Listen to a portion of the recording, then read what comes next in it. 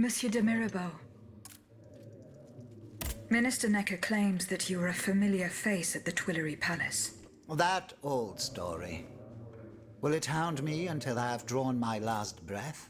This, madame, is nothing but an unfounded rumor that I am trying in vain to dispel. To what do I owe the displeasure of having to defend myself once again? I must get hold of some documents that are kept in an armored safe in the King's chambers. What lock could resist your talents? Minister Necker said it was indestructible. Oh, I see. Well, let me think. Who could help you? After all, a lock is nothing more than a simple mechanism. If only Monsieur Bay were here, he would find a solution for you in no time. To free him, I would have to go back to the Louvre. Well, then I think you should. Now, who else might be of use? Oh, there's Monsieur Lavoisier as well, our gunpowder commissioner. I'm sure he'll have no trouble finding you something you can use to blow the door off that stubborn safe. Good. I will go and find him. Now, if you'll forgive me, I have an urgent matter to attend to. You are forgiven for everything. In that case, it has been a pleasure, madam. Monsieur Lavoisier, What can I do for you, Aegis? I would like to access the contents of a safe that is supposedly unbreakable. Dare I ask for your help, Monsieur Lavoisier? And how can I be of assistance to you, madame? I need gunpowder to break through the door. Gunpowder? But I don't have a speck of it, mon ami. Do you think I just walk around with explosives in my pockets? Oh. I apologize. It was Monsieur de Mirabeau's idea. Mirabeau? What is this ridiculousness? I suspect he knows full well whatever he's playing at. Where is the animal? So we can ask him what's truly going on. He has left. He had an urgent matter to attend to. Eh bien, I'm sorry, madame. If I could inspect the safe and determine what metal was used in its fabrication, I might be able to find a solution. But given the circumstances, I'm sadly not in a position to help you. I understand. How do you intend to counter the King's actions? Unfortunately, we don't have the upper hand. For now, we can only hope to protect ourselves from him. I am convinced that something is afoot. Something that could destroy all our hopes in an instant. You have my full attention. You should know that I am a gunpowder commissioner. As such, I oversee the provision of gunpowder to the kingdom's arsenals, l'Arsenal de Paris in particular. For the past 2 days, a large quantity of gunpowder from Marsangy has been sitting near Les Invalides. It's in a warehouse by the factories. But the men I sent to take possession of the cargo and transport it to the Arsenal have gone missing. Do you realize what this means? The gunpowder could have fallen into our enemy's hands. It's possible. One thing is certain. It's enough to destroy half of Paris. Whether it is still in the warehouse or has fallen into the wrong hands, we must find it urgently. Then, if possible, we must neutralize it. How? Simply by placing it in contact with water. Nothing could be easier in theory, but we must find a way to flood it. Flood the gunpowder? You're out of your mind, Lavoisier. We're in the most desperate of situations and you want to deprive us of such a valuable resource. What will our cannons use once we have formed our army of patriots? Your army, Marquis, is presently but a figment of your imagination. I see. So you're one of those men who would sound the retreat before the battle has even begun. I will go to the warehouse. Once I have located the powder, I will decide what to do with it. Goodbye, Monsieur Lavoisier. Eh bien. Do you come bearing news from Monsieur Marat? No, not yet. I have it on good authority that he is in the quarries in Montmartre. He's the only person who could show you a way to reach the Bastille. Don't forget. Is your plan to arm the populace going as planned? Oh, far from it, madame. The situation is hopeless.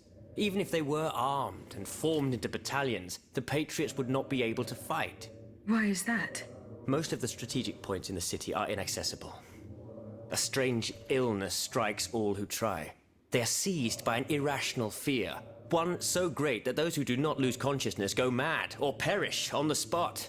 This makes it impossible to do anything. Any attempt at an uprising is a fool's errand. The locations you mention share a common feature. A statue holding a lantern. That's right. From what little I could make out, they appear to be depictions of a Vestal Virgin watching over the sacred fire. Une lanterne des morts. What do you mean, monsieur? Lanterns of the dead. Ancient stone pillars that are found near some cemeteries. Our ancestors kept a fire going on top of them. Today, no one knows what they were used for. A symbol of light triumphing over darkness, perhaps?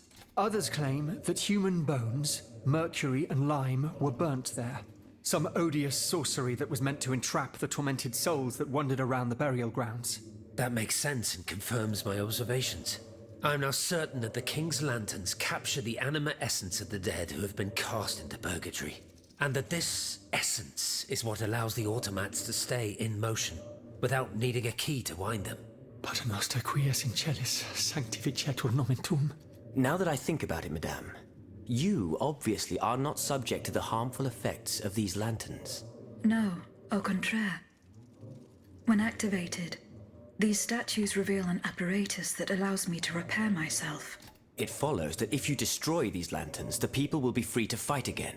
Unfortunately, they are preternaturally strong. Nothing can so much as damage them. Come now, no metal is indestructible. If we knew what these lanterns were made of, perhaps I could find a way to destroy them. Take a look at this ledger, Monsieur Lavoisier. It contains a list of metals. I found it by the factories, near Vaucanson's workshop.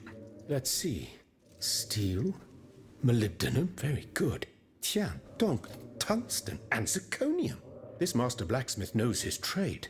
These metals can be used to make the strongest alloy imaginable, as long as you have a fortune to invest. For that, our clockwork tyrant knows no bounds. Well, Monsieur Lavoisier, is there any way to break this alloy? Break it? Certainly not. But a mineral acid could change its structure. Melt it, perhaps. I would recommend sulfuric acid, or vitriol, if you prefer to use its common name. Where can I obtain some vitriol? I had some, but my laboratory at L'Arsenal was ransacked. I can't tell you any more than that. If Monsieur Bailly were here, he might be able to suggest a solution. Monsieur le Marquis, I'm listening, Aegis. I went to the meeting point you indicated. I had an unexpected encounter there. Get to the facts. Who did you meet there? Madame de Polignac, the Queen's favorite. She made no secret of her reason for being in that desolate place. So now I know all about the precious cargo that is the cause of your great concern. Seigneur. The children. What happened? Tell me that nothing bad has happened to them. That remains to be determined. One thing is certain. Charlotte and the young Dauphin are missing. The evidence points to an ambush by the Duc d'Orléans' men. They apparently attacked the wagon the children were hiding in. How the hell did they know? This ambush could not have taken place without an accomplice. You were betrayed. A plague on Orléans and his damned informants. They have taken the children. That still remains to be seen. It seems that the Duke's men were interrupted while carrying out their task. 3 of them lost their lives. A 4th was able to escape. Excellent. I bet it was my hussars who sent the vermin running. But why the hell haven't they reported to me yet? Only they could tell you that. Would you be so kind as to go and find them? The lives of these poor children hang in the balance. My hussars are stationed at Les Invalides. That's from where they were to set off for Gros Caillou. Goodbye, Monsieur le Marquis. They fled in that direction. I should be able to find a way in. I have already passed by the Église Sainte-Marie. I can get back there quickly from here. Traces of gunpowder. It would appear that Monsieur Lavoisier's gunpowder was taken to the Bastille.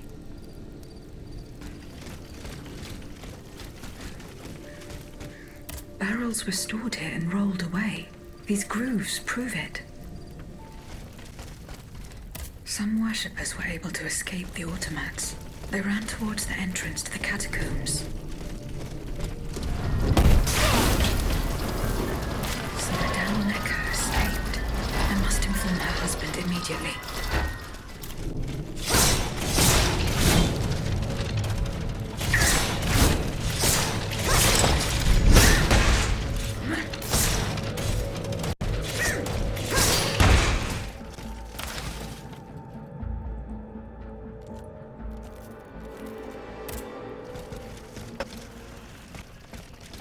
The lock wasn't forced. Whoever opened it had the key. There's something engraved on it. H.G. Riquetti. Comte de Mirabeau. Whoever broke into this safe left behind the most valuable thing in it. This doesn't make sense. I have just come from the Tuileries. The Armoire de Fer has been ransacked. Diable. Someone beat us to it. This is very unfortunate. God only knows what we would have found there. Whoever it was had to fight for it. I found a body there, killed by automats. Mon Dieu. How dreadful. Dreadful indeed. Especially since I discovered this in the victim's hand. And what is that, pray tell? A dueling pistol. With your name engraved on its plate. Oh, May we? You're right. It is my pistol. It was stolen along with a number of other things. It happened just before the Estates General at my lodgings in Versailles. But how on earth did my weapon end up in the hands of this poor soul? I am certain we will find an explanation. I'm going to have a look around. With your permission, of course. Well, since I'm in no position to dissuade you... I'm going to have a look around. With your permission, of course. Well, since I'm in no position to dissuade you...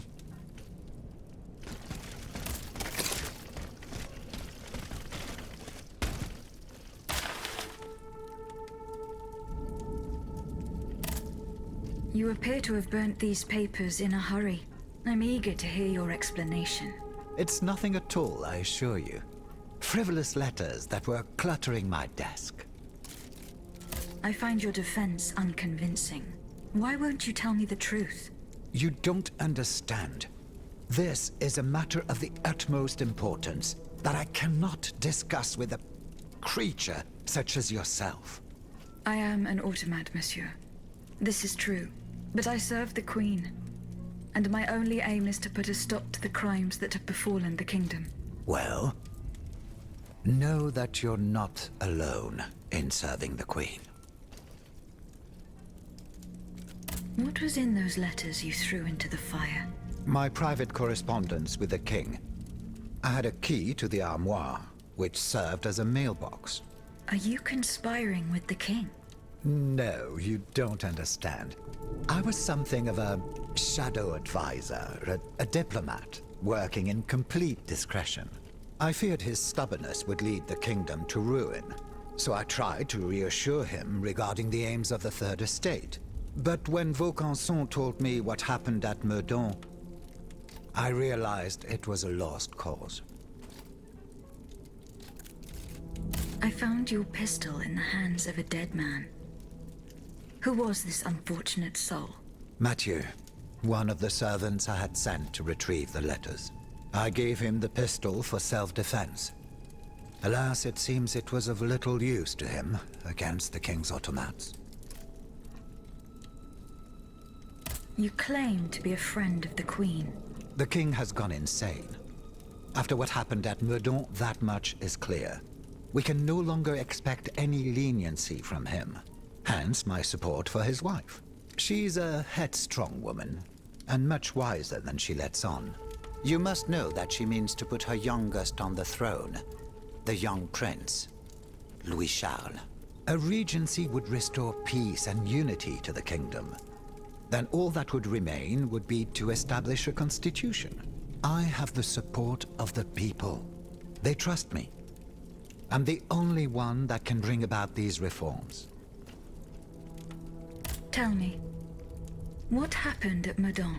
It's all here in this letter, written in the King's own hand. Please, give it to the Queen.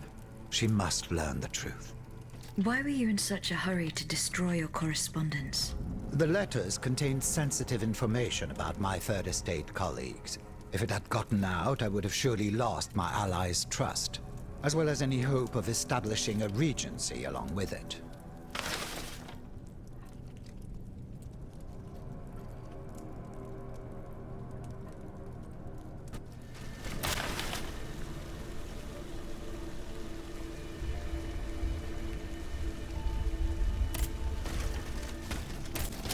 single one escaped.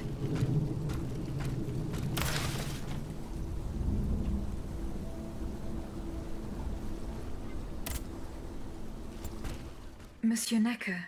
Madame? Eh bien, do you come bearing good news? Your wife. You may rest easy, monsieur. Your wife escaped the massacre. She returned home and left you this letter.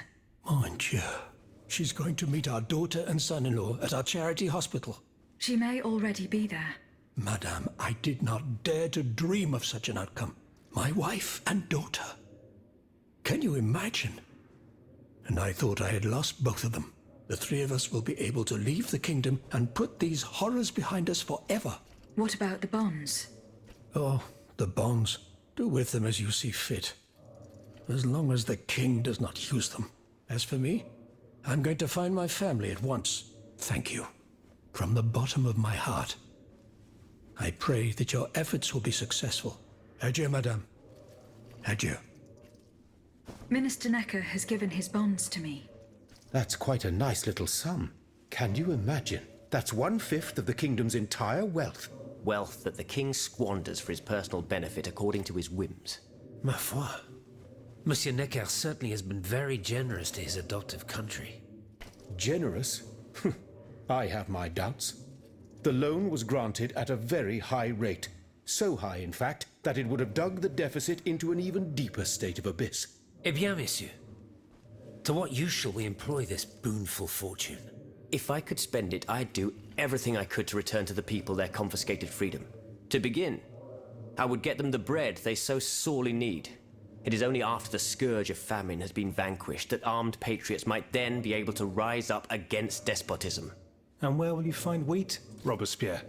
Will you steal it from under the noses of the automats who have sworn to destroy the human race? As for arming the people, this is another one of your delusions. How could your ragged pack of wretches win any sort of battle that'd be unable to lift a sword? When you insult the people, you insult me, Monsieur de Lafayette. I am not insulting anyone, Robespierre. But I happen to know what it takes to fight. Unlike you. Monsieur, I was but a lad of 15 when I took up arms. And everyone here knows my role in the liberation of America from British rule. If you allow me to dispose of these bonds, I will found an army that will annihilate the Clockwork King's diabolical machines. As soon as I have the opportunity to leave Paris, I will rally the officers and troops that are stationed in the provinces. Then, I will call for a mass uprising. I will have more than enough money to pay their wages and procure the weapons we need. And you will have obedient troops at your beck and call, ready to repress anyone who challenges your power. These troops will only serve the will of the people. I swear it. Are you sure that the king has spared the rest of the kingdom, Monsieur le Marquis? I am almost certain of it, mon père.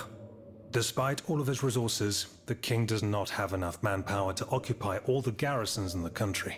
Aegis, no member of this assembly can force your hand. The choice is yours. To whom will you entrust Monsieur Necker's bonds?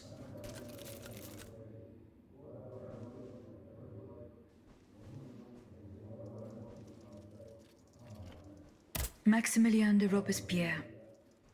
I have chosen to entrust this fortune to you. Very well, madame. I promise that I will use it for one purpose only. Freedom for the people and by the people. When a monarch violates the people's most fundamental rights, insurrection is their most sacred and indispensable duty. But we must be wary of warmongers, who claim to defend our happiness. Bon sang, am I the only one who is weary of hearing these tiresome monologues? For they wish only to silence us, and take their own turn at playing tyrant. Congratulations, Aegis. You've chosen a speechifier as Commander-in-Chief. I am sure the king will be delighted to hear this. He need not fear for his throne now.